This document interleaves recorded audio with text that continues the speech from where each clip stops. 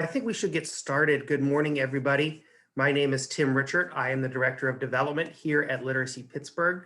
We are so thrilled that so many of our investors, tutors, and friends could join us this morning for a brief conversation with Carey. We want to talk a little bit about what 2020 looked like for us and what our goals for 2021 are. We're very excited to share those things with you. I'm sure you can imagine the challenges that an organization like ours has gone through the last 10 months, but we've attacked it head on and we're excited to share that with you. But before we get to chatting with Carey, we did want to share something very exciting with you. So I want to turn this over to my colleague, Maria Polinski, who is our Director of Marketing Communication, who has something very exciting to share with you. Maria? Great, thanks, Tim. So good morning, everybody. So this is an exciting day for us. As Tim mentioned, my role here is to share with you just what your kindness makes possible for our students. So about a year ago, almost exactly a year ago, actually, thanks to the support of the Heinz Endowments, we set out to create a video that really captures the heart and soul of Literacy Pittsburgh. We didn't expect to do this work in the middle of a pandemic, but here we are. So I'm just really proud of our students for having the courage to share their stories. I'm thankful to our volunteers who stepped up and agreed to be part of the video, and also to our staff members who really opened the doors, helped our crew capture what Literacy Pittsburgh is all about. So this has been quite a journey. I'm very excited to debut our story with you, our closest friends, before we share it with the public. We will be premiering the video on our social media at noon today, so I hope you'll check that out. Please share it with your friends and followers. Really let them know what Literacy Pittsburgh is all about, what it means to you, and help spread the word about the wonderful work that you're making possible. So thanks again, and I hope you enjoy.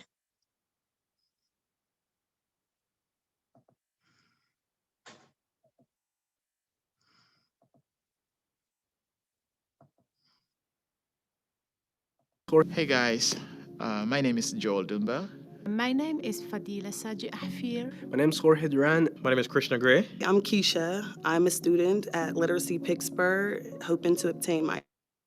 Literacy Pittsburgh is a vibrant space where those who have been left behind, those who have just arrived, and those who never give up come to persist.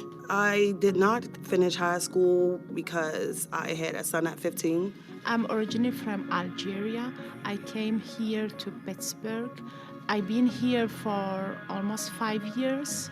A year ago, I didn't speak any English before. Like, you talk to me, I didn't understand anything, and now I understand basically almost 99% of what you're saying, but still trying to improve my speech. When you know and understand what's happening around you, you are in a much better position. You have power to really create your future and your own destiny. I always tell persons, due to the fact that you're from a different environment, a different culture, you have to adapt. To be an immigrant or to be a refugee is one of the most difficult things in somebody's life. Some of the people that you see them refugees, some of them are engineers, some of them are medical doctors, some of them are highly qualified teachers. But when they come here, they have to forget about those experiences they had back home, because it's not going to work here. And I sometimes say that these students, they've been over the cliff. They know what's there. They know what's there if they don't get these skills and this credential. Not having my GED all these years working professionally has felt like I have a really huge secret. Math has always been something that I struggled with. So now I just feel like now I can help my kids. I have a high school son, so I can help him with his homework. Pittsburgh Literacy actually give back persons hope. You know, they don't just throw them in the ocean and say, all right, I just go and get your diploma and that's it. They really take pride in what they do. So they give back a sense of hope to persons who have lost that. When I came here, she told me, like, yeah, you should take these classes there for free. I said, for free? I really want to learn. We would not be benefiting talents and passions of tens of thousands of people in this region without Literacy Pittsburgh. Literacy Pittsburgh was necessary for me because it was a second chance to do what I want to do in my life. I want to be successful here because I want to bring my family to live with me here in the country. Your neighbor now is getting a better job. Their kids understand the value of an education. They can pay their rent or their mortgage. They can vote. They can drive.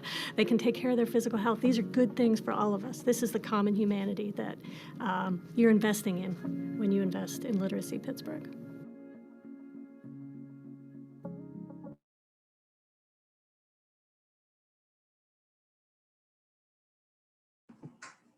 Well, thank you, Maria. I was very exciting to see that.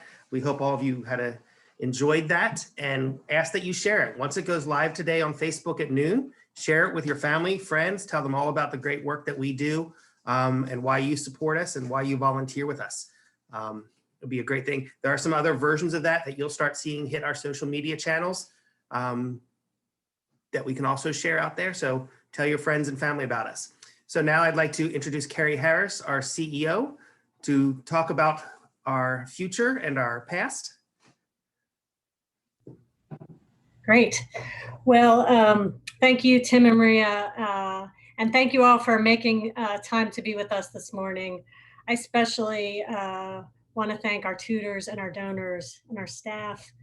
And I don't think we have students on the call, board members, for sticking with us always, but especially in this very difficult year that we've had. I think when you see and you hear the story directly from the mouths of students, it just underscores how honored we are, right, to be able to be there for people and help them get on to their achieving their goals. So it is amazing. Thank you for what you're doing that makes all of that that you just saw possible. Sorry, I saw my screen change. I want to make sure I wasn't muted. So I want to thank you. I just want to give you a quick few highlights about the past year. Some things that how we've persisted over the past year. And then just share a few highlights of what to expect going forward. So, and then we're going to open it up because it's probably more interesting if we hear your questions and can address what you're most interested in. So, of course, you know, we've been dealing with COVID like everybody else. And last March, almost a year ago, we had to immediately transition all of our service delivery and education to be remote. That took on the form of, started with YouTube classes, teachers presenting lessons and recording them on YouTube because it was the easiest thing that students could access before they could figure out how to get on Zoom. They could get on YouTube so that we could teach them how to get on Zoom on a YouTube channel. I know many of our tutors switched to phone call tutoring and FaceTime and Skype and Zoom. So lots of persistence all the way around, and students certainly engaged.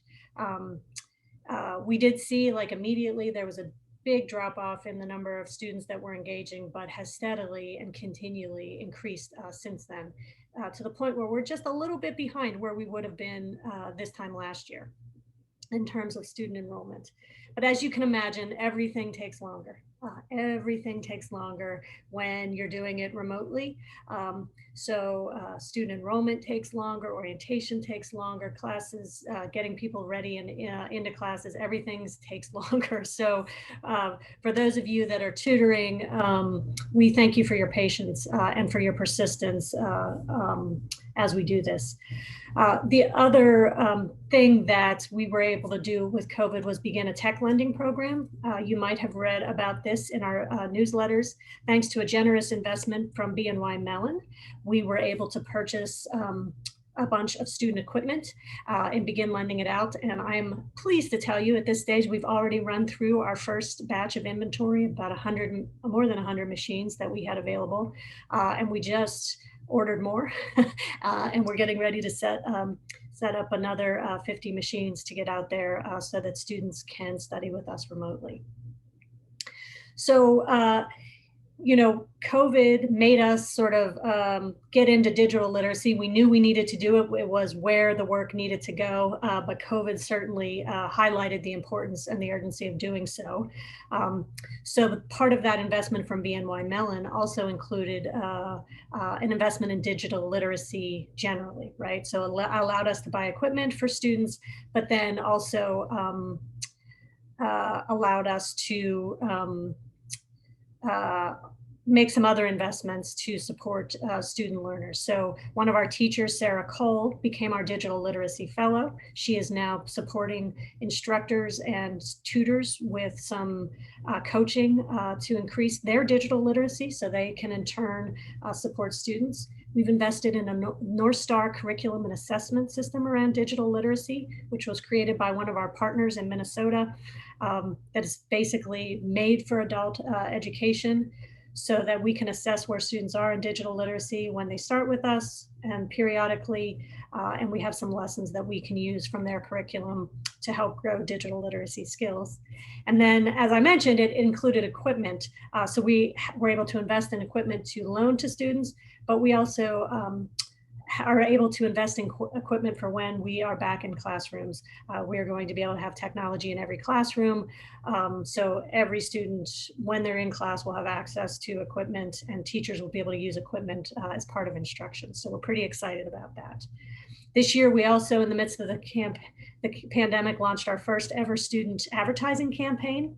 We've never paid for advertising for students. We've always had a waiting list, and students came to us by word of mouth. But during the pandemic, we did our first ever student advertising campaign because we wanted to be able to be there for all of these folks that had recently lost their jobs and were thinking about staging their comeback. So we had ads on YouTube and Facebook, and it really did help bring new students our way in the fall. And then the third thing, or the last thing for the year in the past that we did was deal with our state funding crisis. As you may recall, our state contract was cut by almost $1 million last summer when the state passed a partial year budget. And so that was a big, a big blow and a lot of uncertainty, but we managed it pretty tightly. And we worked really hard with our colleagues across the state through our trade association called PACE to advocate.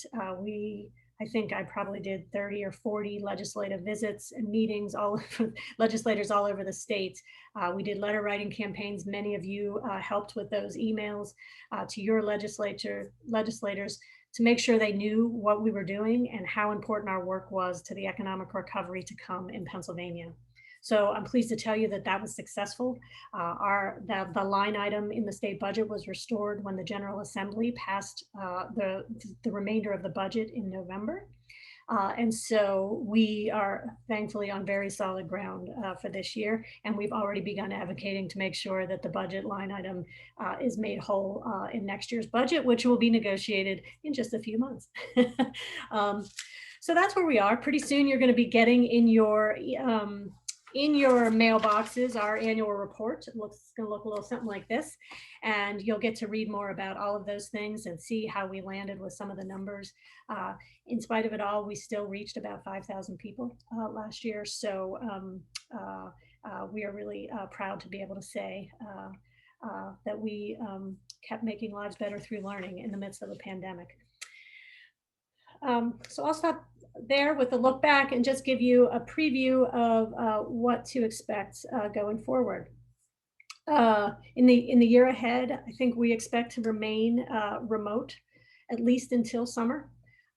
We're going to continue with virtual classrooms, and tutors, of course, are using their best judgment about what is the best way to be engaging with their students. When we do return to classes later in the summer or early in the fall, they will be upgraded, as I mentioned, from that investment from BNY Mellon. We will be able to have classrooms with technology and equipment for everybody to use. So we're excited about that. And then we're already well on our way to implementing the strategic plan that our board adopted in August. So you'll be hearing more from us about the career pathways programs we're building in construction and healthcare, about career services that we're delivering to students to help them plan and apply for jobs. We're doing in partnership with Jewish Family and Community Services. You'll be hearing more about our digital literacy work And we have embarked on a diversity, equity, inclusion, and access planning process. So you'll be hearing more about that as well. And then finally, that we're expanding our family literacy program, thanks in no small part to the Birmingham Foundation. And I know Mark is on the call today. So lots of good program work to look forward to. And I can't express enough how important it is that we press forward with these initiatives in our strategic plan, because we are sort of looking further ahead than the summer and the fall, recognizing that there is a big reason for us to be here and accessible and have capacity for students in the future. We see three big drivers that are going to impact an increase in demand for our services. One is that you can see already national immigration policy is changing.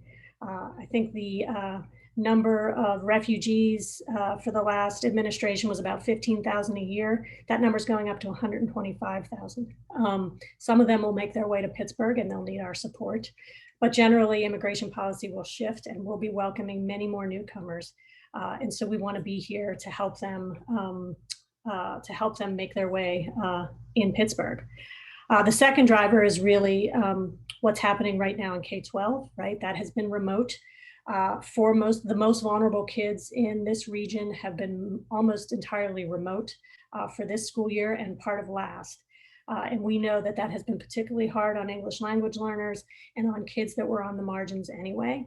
We expect that more of them will end up with Literacy Pittsburgh in the years ahead, either because they don't get that diploma, or even if they do, they're likely going to need some additional skill building for things that they did not get during the pandemic. And then the third driver is really what we've been talking about since the summer, and that is that this recession has hit the low-wage workforce the hardest, right? Low-wage workforce generally consists of people without a high school diploma or a high school diploma or less, and those are the people that Literacy Pittsburgh serves.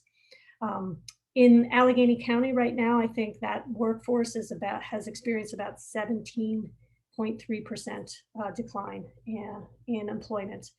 And in Beaver County, I think it's even higher, like 20% decline in employment. So there's a lot of people out there that need to stage their comeback and need basic skills to do so. And we want to be here for them. So we're looking ahead to those drivers, and we've got lots of things planned to support them. And not the least of which is you, right? As tutors and donors and volunteers. So we thank you for sticking with us, and we ask you to stick with us in the days and years to come as we are ready for the challenges in front of us. So I'm going to stop there, and I think we're going to just have some question and conversation.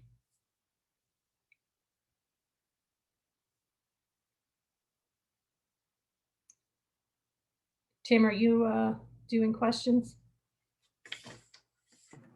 I'm watching the chat for questions, but there aren't any in there right now. I believe a couple of you submitted questions ahead of time, and I think we've answered them through already questions presented to us. Oh, okay. Oh, some people send questions in advance.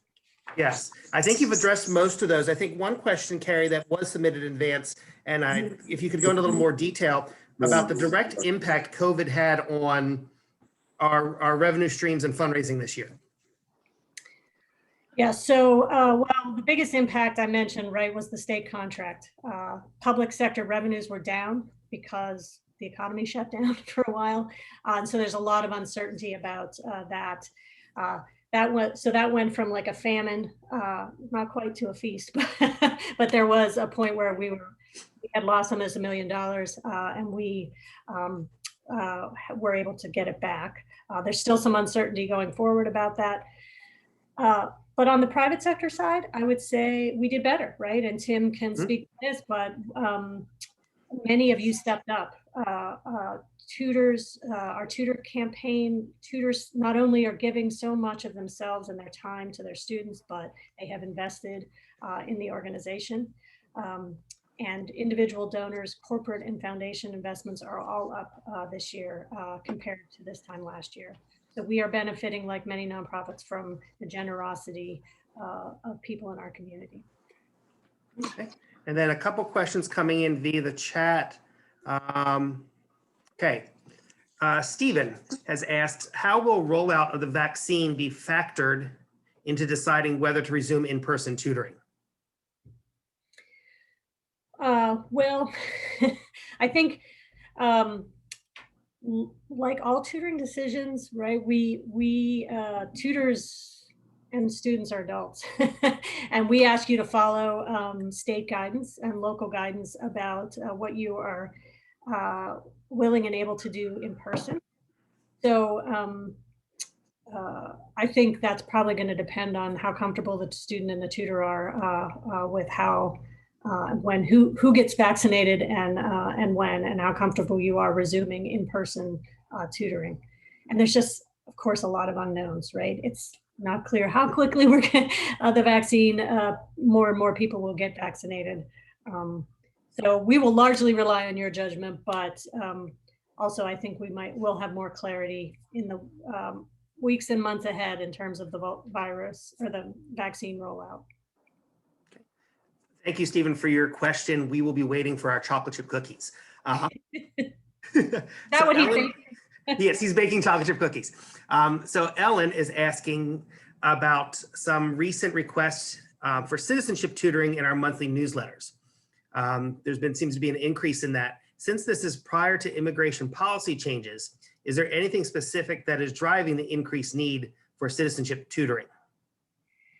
Well, we have just had a huge influx of inquiries for citizenship. We have more citizenship students right now than we ever have. And I don't know if that's in anticipation of the administration change and people are like, okay, now's a good time to get in and work on this process. I would imagine that may be one of the drivers, but we just have a lot of demand, a lot of inquiries for citizenship. And Lori's messaging me that the test change could also be driving it, right? The test just got a lot harder, the citizenship test. And so that has taken a lot of work on our staff's part in terms of, well, we had to go look at the test and then revise all of our curriculum to make sure that we're preparing people for the assessment. Okay. And then Joanne is asking, does family literacy provide tutoring for students at risk?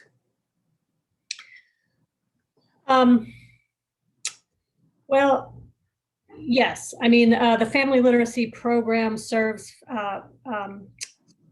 families that I think you might describe as at risk. Our program mostly is serving immigrants and refugees right now, although it is increasingly, we're expanding to serve more American-born folks. So they technically, all kids are at risk, right? So yes, maybe the program that really works with kids at risk more directly and at scale would be our Oasis tutoring program. Which provides where we have volunteer tutors that go in and work for at least an hour a week with kids in grades K through 4. We're in 5 school districts across the region. In most years working with about 300 kids, 150 volunteers working with about 300 kids. So that helps work with at-risk students as well as the family literacy program that is working with early learning kids of an early learning age, as well as their parents and working with them together. And then I've got one more question in the chat. So if anybody else has any, feel free to type them in or raise your hand. And do you go to churches, especially in particular neighborhoods where you may have potential students? Yes, I think our program coordinators that are responsible for the different regions, across Allegheny and Beaver County, they do a lot of work with churches and human service providers and community groups doing outreach to engage and make sure that we're there for students as well as to help find tutors to match with them. Oh, and I see Ellen saying Hannah spoke at her church last year. So is that how we found you, Ellen? Or did you invite Hannah?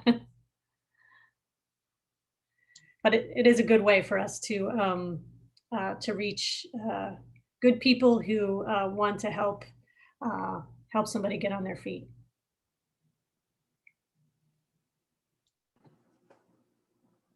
I am not seeing any more questions in the chat at this point, and I think we've touched on all the previously submitted questions. I saw one of the previously submitted questions was about anxiety and literacy. I thought you might be interested to know that in one of our advanced ELL classes that is taught by our digital literacy fellow, Sarah, they still teach a class 2 nights a week. And one of the projects her class has been working on is creating a podcast about sadness and anxiety during the pandemic. So that's pretty cool. That's a high level of digital literacy to be able to create a podcast. So they're finishing that project up and getting ready to share it with friends and family. So I think teachers and tutors are working on, talking through these things in class, and sometimes just being able to talk about it and name it is part of what helps reduces the anxiety and isolation. We also are providing students with lots of resources, referral to lots of resources that can help them during this difficult time. Okay. And then I am seeing another question that was submitted previously that you could touch on. What can our staff do to help the program grow besides just doing a good job every day? Who asked that question? That's a staff member I know that asked that question, Najla. You work so hard, and our staff works so hard. It's just a great opportunity for me to give a big shout out to this team. They do really hard work, and they work hard at it. And this year has been that in spades.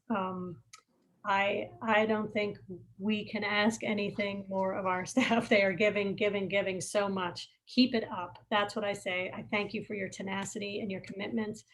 Keep up the good work and pitch in where you can, right? They have done a great job of sort of pitching in for each other and helping each other through some of the rough spots we've had over the past year.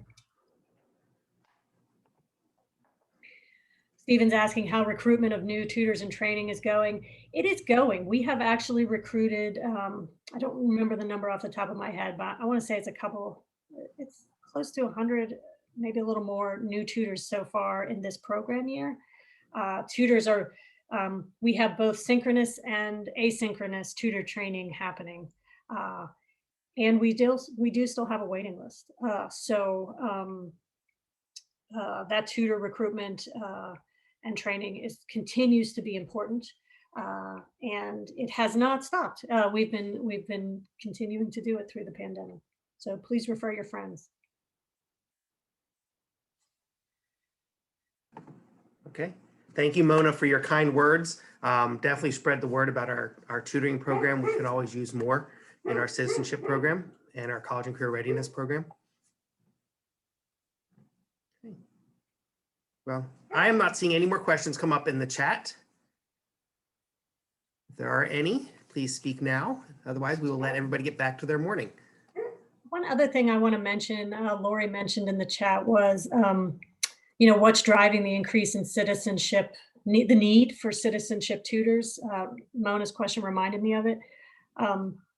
In addition to immigration policy change, the test changing, part of what happened with us was we created our YouTube channel, and it has all these great citizenship lessons on it.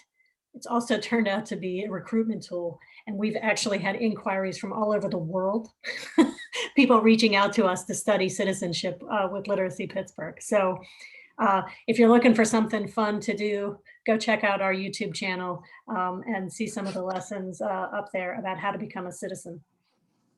And Lori just put it in the chat. Very good. And I wouldn't be doing my job if I wouldn't give a plug to our trivia event coming up. If you would like a sampling of what some of the citizen test questions are, on the 21st of this month, just a week and a little bit over a week away, our Young Professional Board is hosting a trivia afternoon at 3 o'clock. There's information on our website. And I know one of the categories will be questions taken from the citizenship test. So you can try your luck at some of those questions, and there'll be some other fun categories around entertainment and pop culture and Pittsburgh culture But it's a great way to support Literacy Pittsburgh and bring a group of friends or family together to learn more about us. No, you don't have to be a young professional, Stephen. No, they're hosting it, but anybody can join in the fun for the afternoon. Yeah, I will be joining the fun. I'm horrible at trivia, but I will be there. I'm long past being a young professional. Well, we hope to see you there. Okay. Well, I think we are done for this morning. Thank you so much to Carrie and Maria. And thanks so much to all of you, our Literacy Pittsburgh family members and investors, for being with us and helping us through these times. We look forward to our continued conversations with Carrie throughout the year. We hope to do this a couple times each year just to chat until we can be in person. And then hopefully when we can be in person, we can all have you join us for a cup of coffee in person. And maybe Steve will bring us some cookies and we can meet in person. Any further questions, feel free to email Carrie, myself, or Maria, and we'd be happy to answer them for you. Until next time, have a great weekend and stay warm. Yeah. Stay safe, everyone. Thank you. Thank you.